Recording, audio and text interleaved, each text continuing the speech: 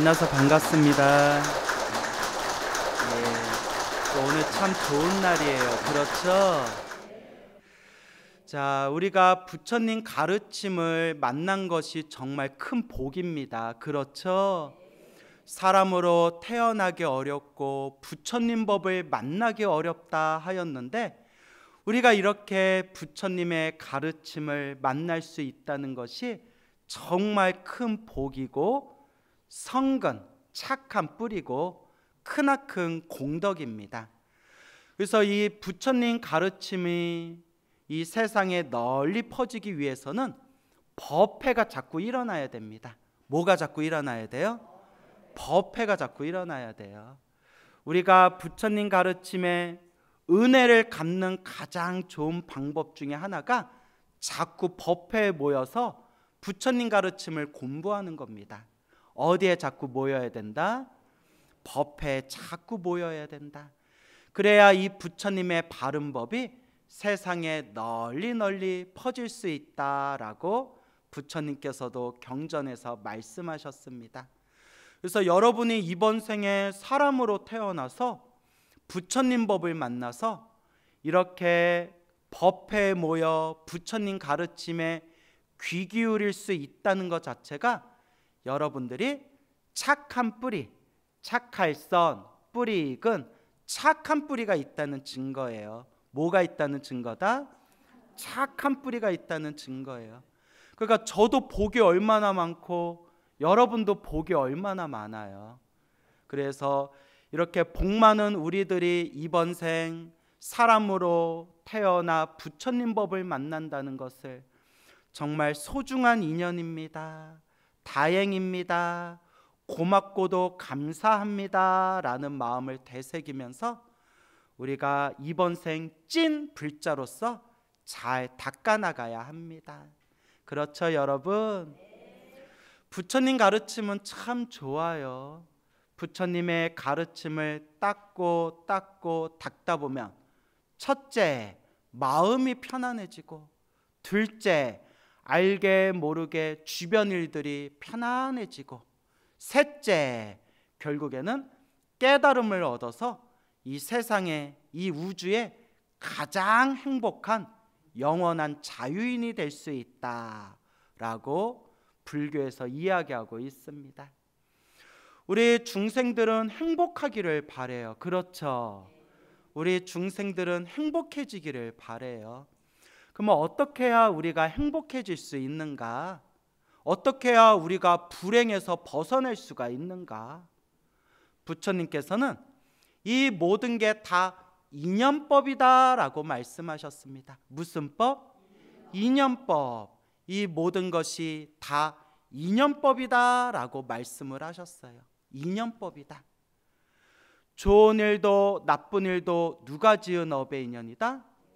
내가 지은 업의 인연이고, 내 앞에 펼쳐진 좋은 인연도 나쁜 인연도 결국 누가 지은 거다? 내가 지은 것이다.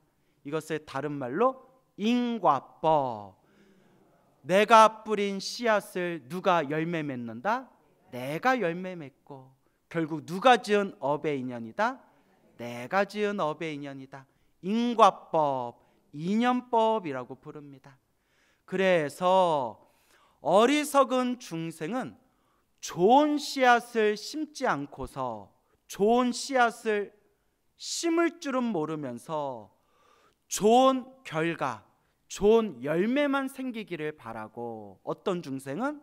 어리석은 중생은. 그리고 지혜로운 사람은, 부처님의 가르침을 잘 닦은 사람은 무엇을 심을 줄 안다? 좋은 씨앗을 심을 줄 안다. 좋은 씨앗을 심으면 반드시 좋은 열매를 얻게 된다. 그래서 우리가 항상 이 인과법, 이 인연법을 마음에 잘 되새겨야 합니다. 근데 우리 중생들이 시작 없는 옛적부터 살아오면서 알고 지었건 모르고 지었건 내가 지은 업의 인연이 참으로 두껍기에 우리 중생들이 살아가면서 항상 좋은 일, 행복한 일만 생길 수는 없어요. 그렇죠, 여러분? 아쉽지만 항상 좋은 일만 생길 수는 없어요. 그래서 제가 우리 불자님들 귀가 아프도록 드리는 이야기지만, 힘들고 괴롭고 답답할 때일수록 무엇을 열심히 해야 된다? 기도를 열심히 하고 더 열심히 공덕을 닦아야 된다라고 늘 말씀드리는 겁니다. 여러분, 기도에도 나쁜 일은 생긴다 안 생긴다? 생긴다. 기도에도 나쁜 일이 생겨요. 그러면 우리 어리석은 중생들은 내가 이렇게 열심히 기도하고 내가 이렇게 절에 다니면서 복을 지었는데 왜 나한테 이렇게 자꾸 나쁜 일이 생기나? 나한테 이렇게 어려운 일, 힘든 일이 생겼는데 왜 우리 부처님, 보살님은 이것도 막아주지 않으시고 내가 올린 공약만 낼름낼름 드시나? 이런 여러 가지 망상이 일어나게 돼요. 그래서 처음에 열심히 절에 다니시다가 기도하고 절에 다니고 공양 올려도 힘들고 어려운 일이 생기니까 에라이 영험 없다 해가지고 절에 안 다니는 분들이 의외로 많아요. 여러분도 주변에 보셨죠? 그리고 내 살다 절에 와서 환불해달라는 사람도 봤어요. 그동안 기도한 거 기도비 환불해달래요. 여러분 보신 적 있나요? 살다 보면 여러 일이 생겨요. 그거 줬을까요? 안 줬을까요? 일단 처음에는 안 줘요. 처음에는 이미 기도 올렸는데 그걸 받아가시면 어떡합니까? 그런데 목소리 커지면 줘요, 안 줘요?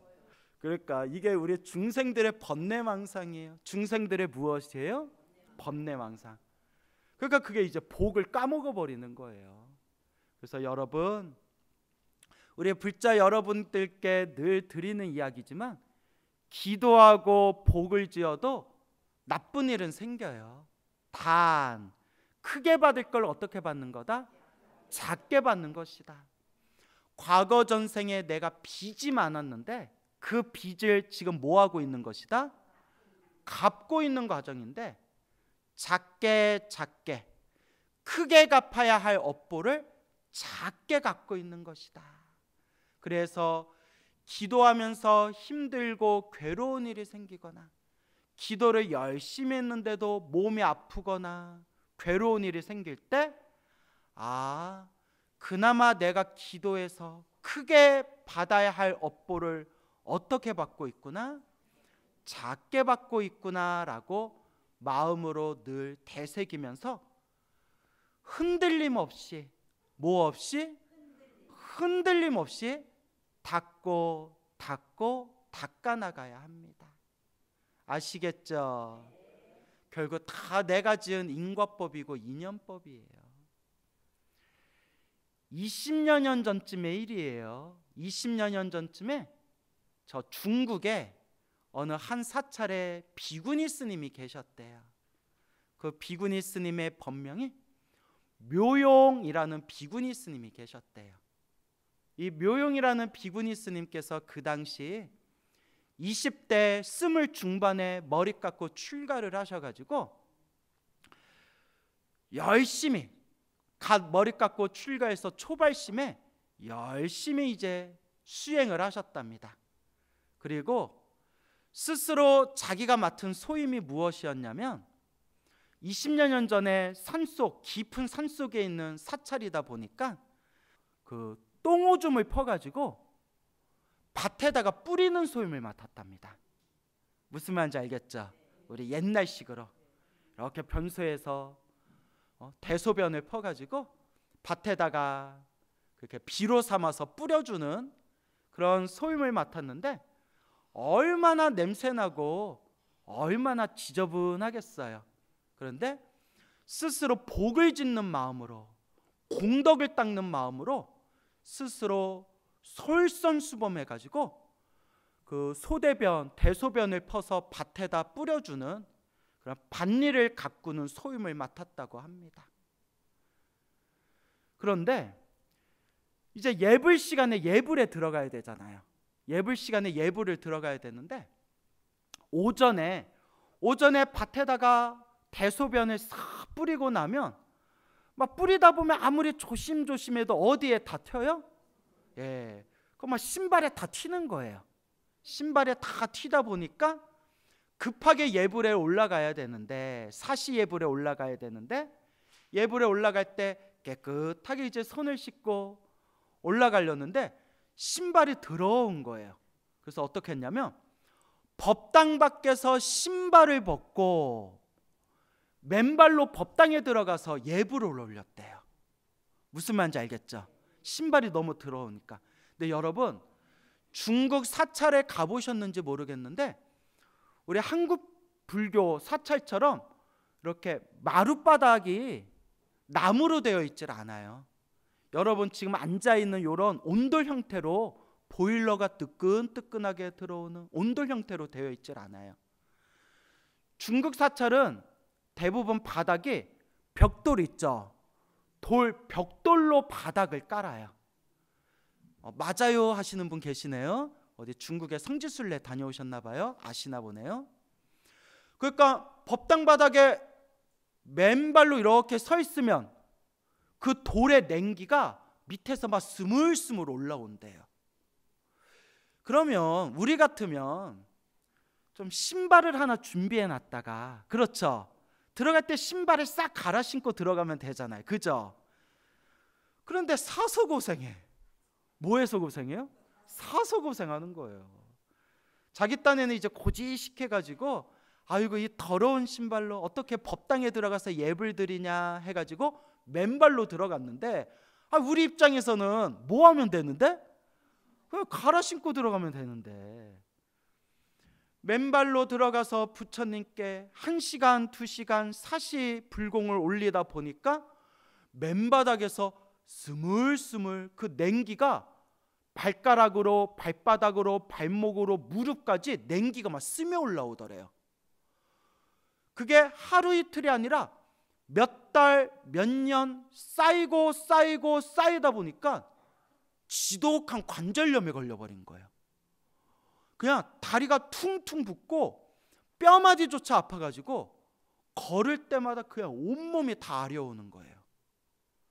도저히 안 되겠다, 몸이 덜덜덜 떨리면서 도저히 안 되겠다 해가지고 병원에 딱 갔더니 의사가 하는 얘기가 너무나 차가운 냉기가 너무 깊이 스며들어서 이대로 가면 반신불수가 될 겁니다, 이런 얘기를 했대요. 뭐가 될 거다? 반신불수. 그러니까 뼈마디까지 다 무너져 버린 거예요. 그러니까 우리 차가운 데서 하룻밤 잠 잘못 자도 뭐가 생겨요? 구안화사가 오듯이 몇 개월 몇 년 동안 그 차가운 맨바닥에서 맨발로 예불 올리다가 완전히 그냥 뼈마디에 지독한 냉기, 우리 냉증이라고 하죠, 한의학에서. 지독한 냉기가 온몸에 다 스며들어 버린 거예요. 일상생활을 하기도 힘들 정도로 몸이 아파왔대요. 이걸 어쩌나 하다가 더 이상 사찰에서 더 이상 대중생활하다가는 다른 분들한테 피해가 될까 봐 짐을 싸서 일단 속가집으로 내려왔대요.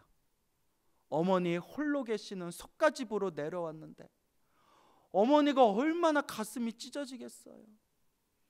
우리 꽃 같은 내 딸, 부처님 좋다고 20 중반에 머리 깎고 출가해서 몇 년 만에 집에 돌아왔는데 뭐가 돼서 돌아왔어요?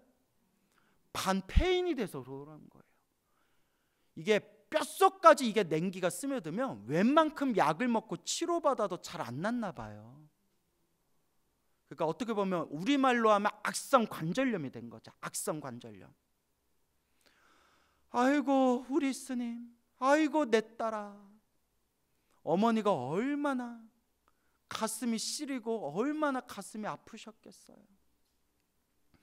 그렇게 집에서 병원을 다니고 약을 먹고 요양을 해도 나을 기미가 있더라 없더라, 나을 기미가 없는 거예요. 불현듯 이 비구니 스님이 생각하기를 내가 몸이 반신불수가 돼가지고 내가 다른 사람한테 몸을 의지하면서 부처님 제자로서 스님 노릇도 제대로 못하고 수행도 제대로 못할 바에야 내가 이렇게 목숨을 이어가면서 뭐하러 살 필요가 있겠는가라는 그런 생각까지 일으키게 된 거예요. 그때 이 묘용 비구니 스님이 생각하기를 힘들고 괴로울 때일수록 뭐 해야 된다? 기도해야 된다. 부처님께 의지해야 된다.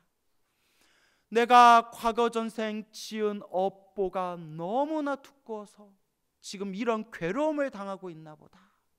내가 업장을 소멸해야 된다 생각하고 깨끗이 목욕제기를 한 뒤에 방에서 합장하고 부처님을 간절하게 부르면서 이와 같이 발언합니다. 거룩하신 부처님, 제가 지금부터 제 몸과 마음을 아끼지 않고 지극정성으로 화엄경을 사경하겠습니다. 무슨 경? 대방광 불화엄경을 사경하겠사오니 부디 저에게 가피를 내려주십시오.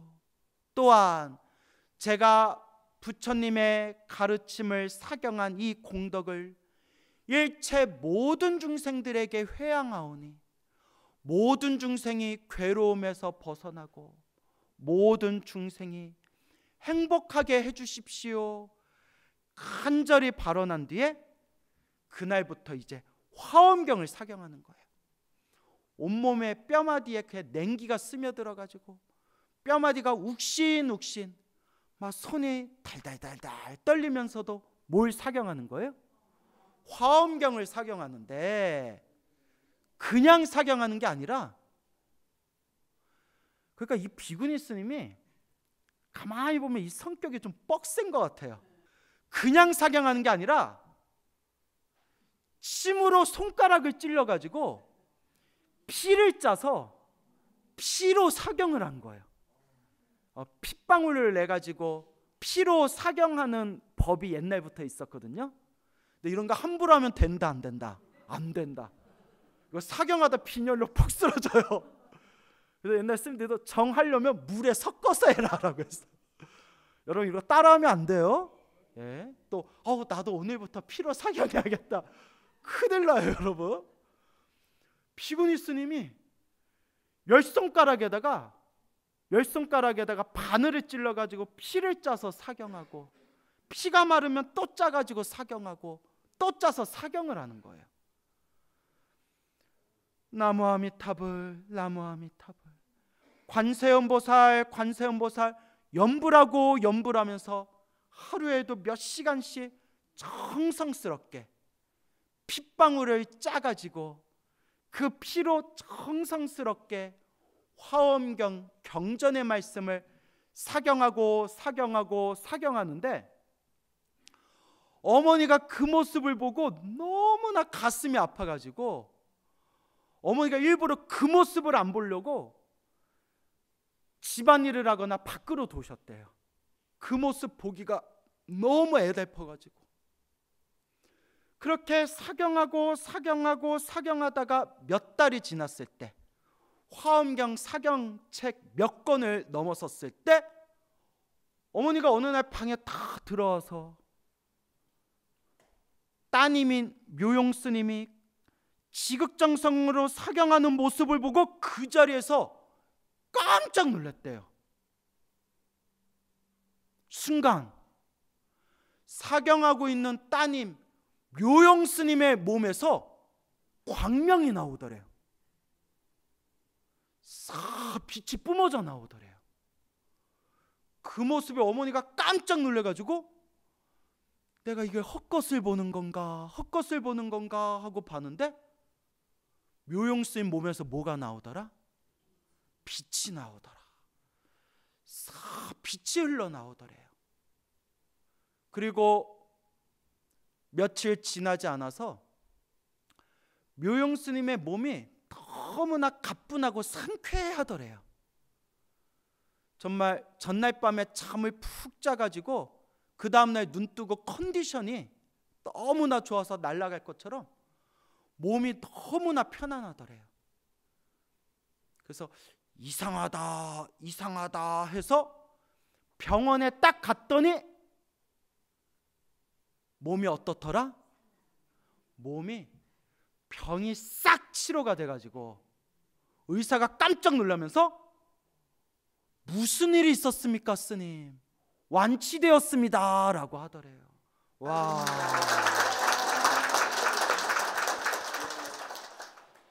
너무 멋있죠? 내가 더 존경스럽더라. 저보고 야 광우야 예 스님 그 손가락에 피 좀 짜서 그 사경 좀 해봐라 하면 우리 해요 못해요? 예, 또 해요 하면 안 돼요. 예, 이건 진짜 극단적인 상황이에요. 예, 이런 거 함부로 따라 하시면 안 돼요. 근데 그 정성 나는 지금 그냥 이대로 죽어도 좋다라는 마음이 생길 때 할 수 있는 거예요. 살아도 그만 죽어도 그만 어차피 이렇게 망가진 몸 죽기 전에 정말 부처님께 아무 미련 없이 원 없이 기도하고 가겠다라는 마음이 생겼을 때 할 수 있는 거예요. 그렇게 자신을 괴롭히던 병이 싹 사라져 버렸대요. 며칠 그렇게 몸이 완치가 되고 치료가 다 된 뒤에 며칠 지나지 않았는데 어머니가 자꾸 속을 박박 긁으더래요. 빨리 집에서 나가라고, 빨리 절로 가라고, 스님이 여기 뭐하러 있냐고 그렇게 어머니가 구박을 하더래요. 그래서 예 어머니 저도 쉴 만큼 쉬었고 몸도 다 치료가 되었으니 다시 절로 돌아가겠습니다 하고 어머니께 이제 마지막 인사를 드리고 그 다음날 이제 짐을 싸가지고 다시 산속에 있는 절로 들어가기 위해 차를 탔는데 어머니가 입술이 셀록하니 쳐다보지도 않더래요. 어서 가라고, 이제 오지도 말라고.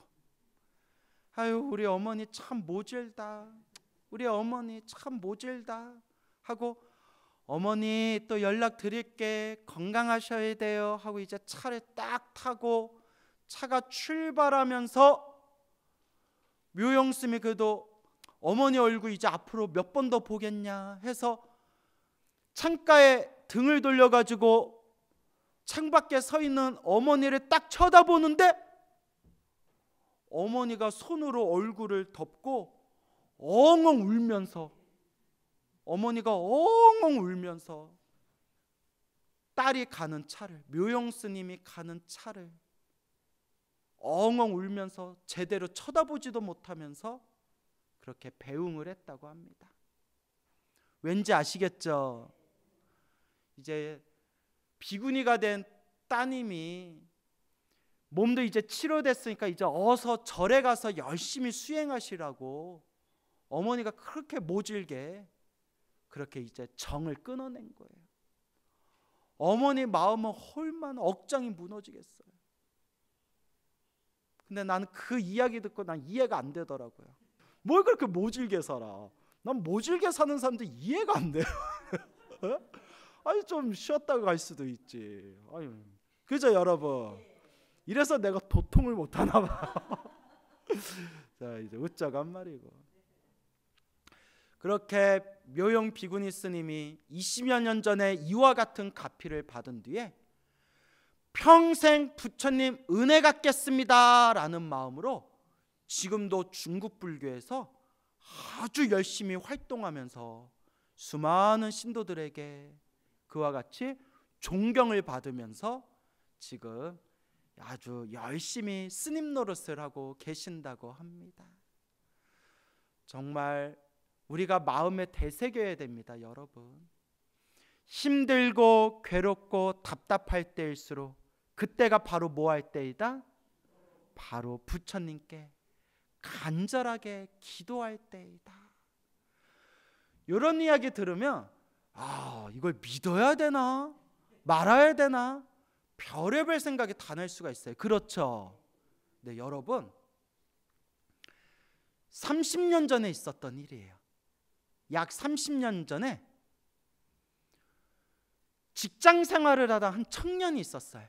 직장 생활하던 청년이 있었는데 어느 날 건강검진을 받았는데 한 30년 전쯤이래요.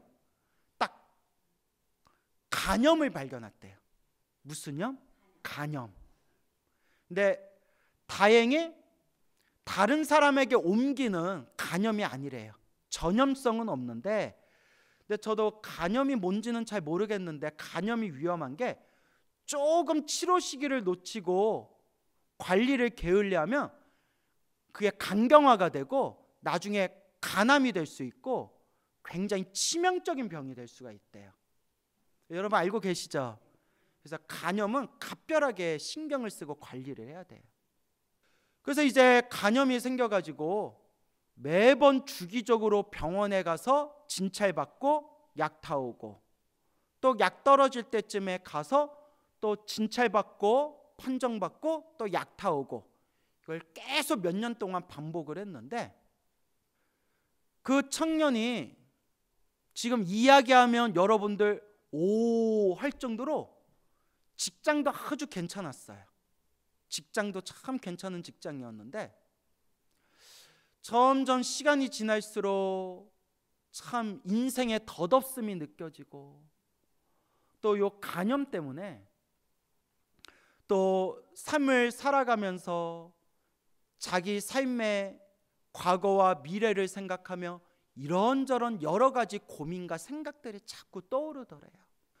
그러다 자연스럽게 마음에 무언가 좀 의지할 게 없을까 생각이 들어서 그때 불교 공부를 하게 되었고, 저기 서울에 있는 조계사 청년회에 들어가서 청년회에서 신행생활도 해보고, 그렇게 불교를 점점 의지하는 마음이 생기게 되었대요. 그러면서 부처님 가르침이 참 좋구나, 부처님 가르침이 참 좋구나. 그러다 문득 부처님 모셔놓은 법당에 부처님 발 아래 삼배를 올리면서 딱 이렇게 발언했대요. 부처님, 제 간염이 싹 낫는다면, 제 간염이 완치가 된다면 세상에 미련 없이 머리 깎고 출가하겠습니다 라고 부처님 앞에서 발언을 했대요.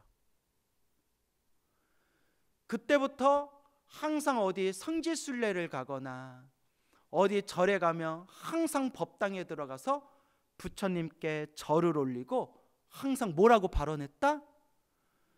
제 몸이 건강해지면, 요 간염이 싹 나으면 제가 아무 미련 없이 머리 깎고 출가하겠습니다, 출가하겠습니다. 그렇게 몇 달이 지난 뒤에 다시 약을 타려고 병원을 갔는데 어떻게 됐을까요? 흔적도 없이 간염이 싹 사라졌대요. 흔적도 없이. 의사도 놀라고, 그 청년도 놀라고, 간호사도 놀라고, 하늘도 놀라고. 하늘도 놀랐으니까 모두 놀래줘야 돼요. 땅도 한번 놀래주고. 그리고 항상 모두가 다 놀랐을 때 빠지지 않는 깨구락지도 놀라고 깨구라고 놀라고 싹 다 나았다는 거예요. 싹 다 나았대요. 자, 부처님 약속 지켜야 돼요, 안 지켜야 돼요? 지켜야죠. 아우 나았는데 이거 부처님 그냥 출가했다 생각하고 그냥 밖에서 열심히 살게요, 이러면 돼요, 안 돼요? 싹 정리하고 머리 깎고 출가하셨어요. 그분이 저랑 친하게 지내는 제 선배 스님이세요. 그래서 지금 딱 이름 대면 여러분들 다 알만한 절에 지금 주지로 계세요. 근데 그분 개인 프라이버시니까 말한다 안 한다? 안 돼요. 예, 안 돼요. 예, 그분이 참하시면서 저한테 직접 해주신 말씀이에요. 불보살 가피는 이런 신비한 힘이 있어요. 이런 신비하고 묘한 힘이 있습니다, 여러분. 믿습니까, 여러분? 예. 그래서 여러분, 이와 같이 우리가 부처님을 간절하게 믿고 기도하고 닦으면 반드시 갚이가 있습니다. 단, 기도를 열심히 해도 나쁜 일은 생긴다, 안 생긴다? 생겨요. 왜 생길까요? 그렇죠. 아유, 여러분 이제 법문 듣고 다 일어나도 되겠다. 이제 답이 척척 나오네. 다 인과법이고 인연법이에요. 그래서 여러분, 옛날 큰 스님들 일대기 고승열전 있죠. 큰 스님들 생애를 기록해 놓은 고승열전에 보면 우리 옛날에 큰 스님들 기도 많이 하시고 참선 많이 하시고 수행 많이 하시고 깨달음을 얻었다는 큰 스님들도 막 몸이 아파가지고 고생하신 큰 스님도 계시고, 수명이 짧아서 단명하신 큰 스님도 계시고, 정말 열심히 스님 노릇하셨는데 사람들에게 모함을 받아가지고 그렇게 고난을 겪었던 큰 스님도 계시고, 정말 정직하고 성실한 마음으로 불사하셨는데도 사기당해가지고 불사하다 사기당하신 큰 스님도 계시고, 평생 수행하신 큰 스님들도 이렇게 힘들고 괴롭고 답답한 일들이 생겨요. 고승열전에 보면 그런 내용들이 다 나와요. 하지만 인과법을 깨닫고 인연법을 깨달으신 수행을 깊이 하신 수행자분들은 원망을 한다, 안 한다? 원망하지 않는다. 아, 이것도 다 누가 지은 업의 인연이구나? 내가 지은 업의 인연이구나. 전생에 지은 내 빚을 오늘 갚았구나.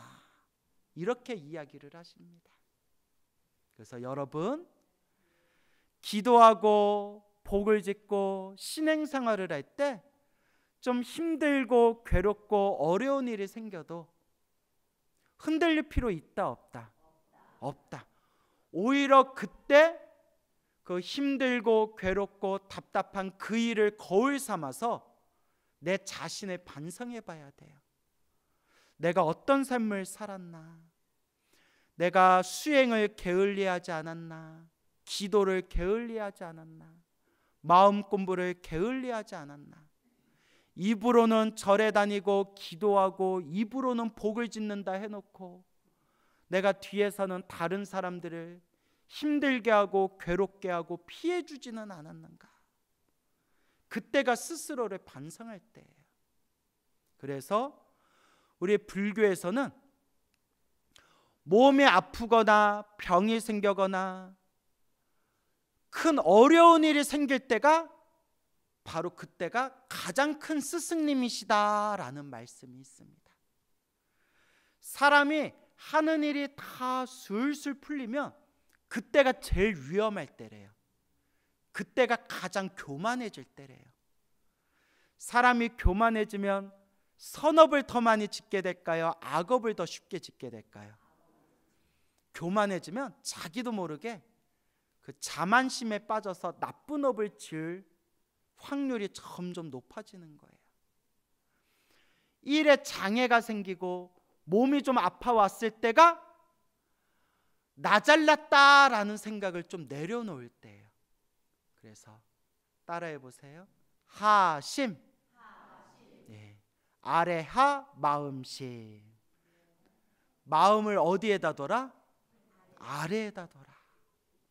그리고 그 힘들고 괴롭고 답답할 때가 바로 다시 한번 부처님께 다가가서 간절하게 기도하고 다시 내 마음을 다잡을 때다라는 것을 명심하시기 바랍니다. 우리가 시작 없는 옛적부터 지금까지 태어나고 죽고 태어나고 죽음을 반복하면서 알고 지었건 모르고 지었건 몸과 말과 생각으로 지은 업이 얼마나 두껍겠어요. 그렇죠, 여러분? 그 업을 지금 녹이고 있는 거예요. 전생에 지어놓은 복이 많은 사람은 이번 생 녹이기가 좀 쉬울 것이고, 전생에도 그 전생에도 박복하게 살아서 업장이 두꺼운 사람들은 녹이기가 쉽다 어렵다? 어렵다. 근데 녹기는 녹고 있어요. 좀 빨리 쉽게 녹냐, 아니면 느리게, 점점 느리게 힘들게 녹냐의 문제지, 녹고 있는 과정이에요. 그 마음을 딱 가지셔야 돼요. 어떤 여성 불자님이 있었는데 살아가는 게 너무 힘들더래요. 살아가는 게 너무 힘들더래요. 6.25 전쟁이 끝나고, 한국 전쟁이 끝나고, 부모님, 형제자매 다 뿔뿔이 흩어져서 부산으로 피난을 와가지고 아무 연고도 없으니까 하루 한 끼 밥 먹기도 힘들더래요. 그 여자의 몸으로 또 얼마나 그 살아가는 삶이 얼마나 힘들겠어요. 이 젊은 여인이 나 죽어야겠다, 나 그냥 죽어야겠다 생각하고 새끼줄 있죠. 그 새끼줄, 그 줄을 몸에다가 걸치고 산으로 올라갔대요. 왜 올라갔을까요? 목매달아 죽으려고. 아우, 나무아미타불 관세음보살. 죽으면 돼요, 안 돼요? 또 얼마나 힘들면 죽으려고 그 줄을 가지고 산에 올라갔겠어요. 근데 희한해요, 여러분. 죽으려는 사람도 풀리는 사람은 어떻게든 풀리더라고요. 아니, 목매달라고 산에 올라갔는데 길을 모르니까 길 따라서 들어간 데가 범어사로 들어갔대요. 무슨 사? 범어사. 금정산 범어사. 집채만한 절이 있는 거예요. 아니, 죽어야 되는데 이거 죽어야 되는데, 아, 이거 부처님 도량에서 이거 죽을 수는 없고 이거 어떻게 해야 되냐, 두리번 하는데, 아, 이거 또 될 사람은 돼요. 거기에 스님 한 분이 지나가는데 그 노스님한테 스님 여기가 어디예요? 물어봤대요. 그 스님이 딱 이렇게 이 아녀자의 꼬라지를 보니까, 아, 그래도 스님이잖아요. 아이고, 또 죽으려고 한 명 들어왔구나. 밥은 먹었어?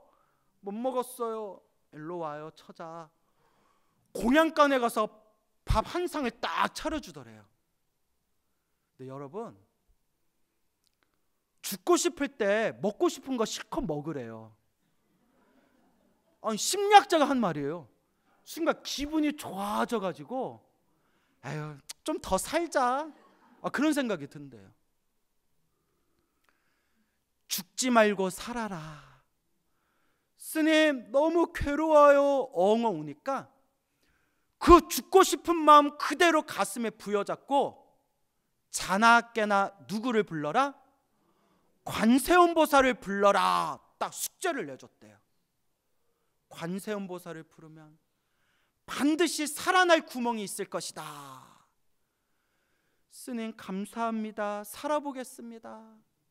그래서 스님이 그 산 내려가는 일주문까지 배웅을 해줬는데, 노스님이 너무 고마워가지고 스님 하면서 지나가는 젊은 스님한테, 스님 저 노스님이 누구세요? 어유 보살님, 저 우리 큰 스님도 몰랐냐고, 우리 범어사 큰 스님이시, 동산 큰 스님이시다 이러더래요. 여러분, 동산 스님 하니까 잘 모르죠? 성철 스님 스승님. 이러니까 또 이러네. 동산 스님 서운하시겠다. 성철 스님의 스승님이세요. 성철 스님은 다 아시잖아요. 집으로 돌아와서 죽으나 사나 자나 깨나 관세음보살 연부를 하는데, 점점 형편이 피더니 나중에 노인이 되어서는 그 부산시장에서 제일 알아주는 큰 부자가 됐대요.